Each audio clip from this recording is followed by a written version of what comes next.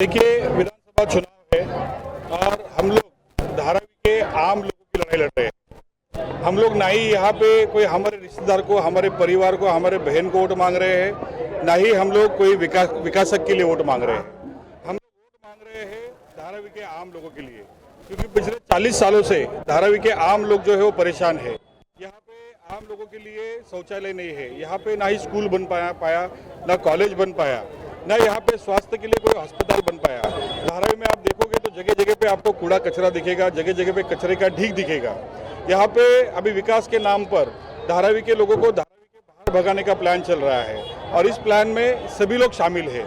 ये सब पार्टियों ने, कांग्रेस ने, शिवसेना ने, जितनी भी पार्टियां हैं, महाविकास हो, महायुति हो, महाविकास आघाड़ी में सबसे बड़े नेता जो है वो पवार साहब है और पवार साहब जो है वो खुद अदानी के साथ में घूमते हैं। रोहित पवार जो है खुद अदानी के ड्राइवर बन के गाड़ी लेके घुमाते हैं। तो उनके ऊपर हमको पूरा संदेह है कि अगर उनकी सत्ता भी आती है तो धारावीकरों को न्याय मिलने वाला है नहीं। इसके लिए महाविकास आघाड़ी के ऊपर हमारा भरोसा नहीं है। और जहाँ पे महायुति की बात है, महायुति तो खुद अदानी है, क्योंकि महायुति जो है वो अदानी का ही काम करने वाला है। तो इसके लिए हमको चाहिए कि धारावी के लिए आम लोगों की जो लड़ाई है, धारावी तो मेरे जितने साथी हैं सब लोग ने मुझे विनती करके यही कहा कि हम लोग को लड़ना पड़ेगा, धारावी के लोगों की लड़ाई लड़नी पड़ेगी।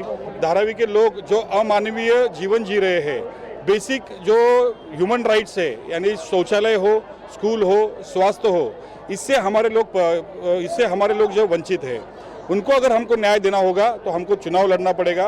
और चुनाव ही एक माध्यम है जिसके द्वारा हम लोग लोगों का विकास कर सकते हैं, लोगों के जीवन में बदलाव ला सकते हैं। इसके लिए हम लोग सब मिलके यहाँ पे हमारे जितने साथी हैं, मैं अकेला उम्मीदवार नहीं हूँ, मेरे साथ में जितने लोग मेरे खड़े हो सब उम्मीदवार हैं और जो जोश से मैं लड़ रहा हूँ वही जोश से हमारे सब साथी लड़ रहे हैं। और हाथ में हमने बल्ला लिया है, क्योंकि धारावी की सब पॉलिटिकल पार्टीज में फील्डिंग लगाई है।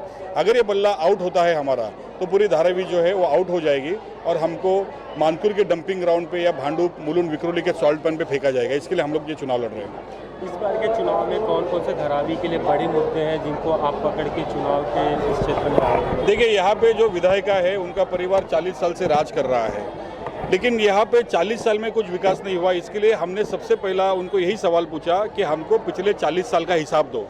लेकिन पिछले 40 सालों में यहाँ पे ना शौचालय बन पाया, ना स्कूल बन पाया, ना अस्पताल बन पाया।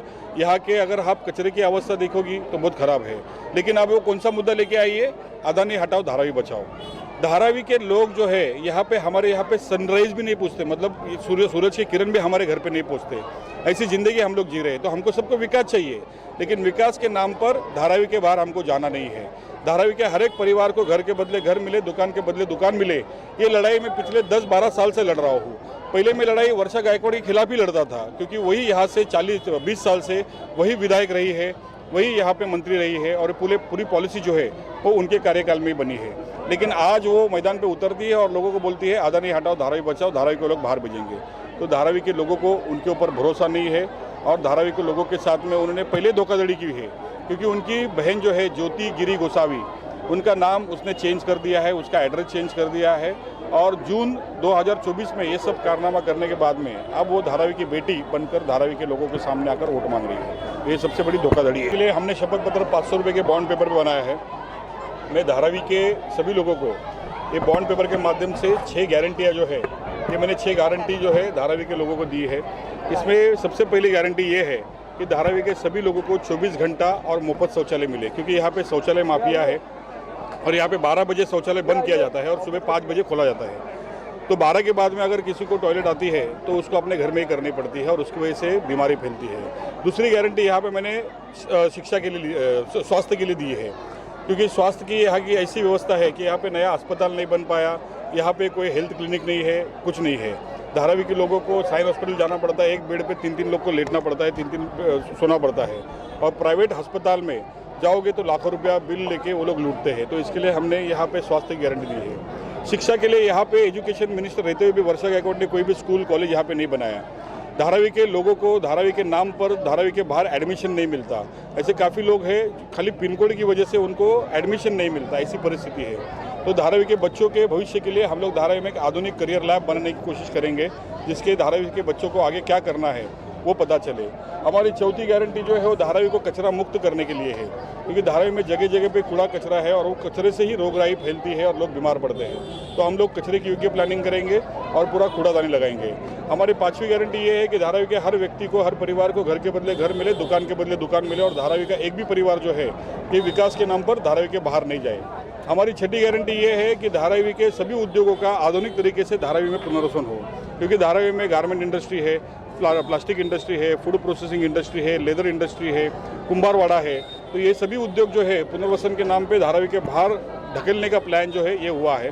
तो ये 6 गारंटियों के साथ में हम इस चुनाव मैदान में उतरे हैं और हम वर्षा गायकवाड़ को और उनके कांग्रेस के पूरे लोगों को यही पूछना चाहते हैं कि पिछले 40 सालों में आपने तो कुछ किया नहीं। अभी अदानी के नाम पे डरा के आप लोग वोट मांग रहे हो, पहले धर्म के नाम पे डरा के आप वोट मांगते थे, हिंदू मुस्लिम करके वोट मांगते थे, लेकिन हम लोग का धर्म जो है धारावी है। धारावी का हर एक इंसान जो है वो हमारे साथ में ये लड़ाई लड़ रहा है। इसके लिए हमने नारा भी दिया है, अब लड़ेगी धारावी, जीतेगी धारावी का, क्योंकि ये धारावी आम धारावीकरों की लड़ाई है। एक अंतिम सवाल है कि आप धारावी की जनता से लास्ट क्या संदेश देना चाहते हैं और वो क्यों आपको वोट दें? देखिए, धारावी के लिए हम लोग पिछले अनेक वर्षों से लड़ रहे हैं। धारावी के साथ में कांग्रेस ने 40 साल से धोखाधड़ी की है और इसका जवाब हमको देना पड़ेगा। हमारा जो पास था, जो भूतकाल था, वो तो इन्होंने खराब कर दिया। हमारा वर्तमान खराब हो रहा है, लेकिन हमारा भविष्य जो है वो अगर सुधारना है, भविष्य अगर हमको बचाना है, तो हमको नए भविष्य के लिए नया नेतृत्व धारावी में बनाना पड़ेगा।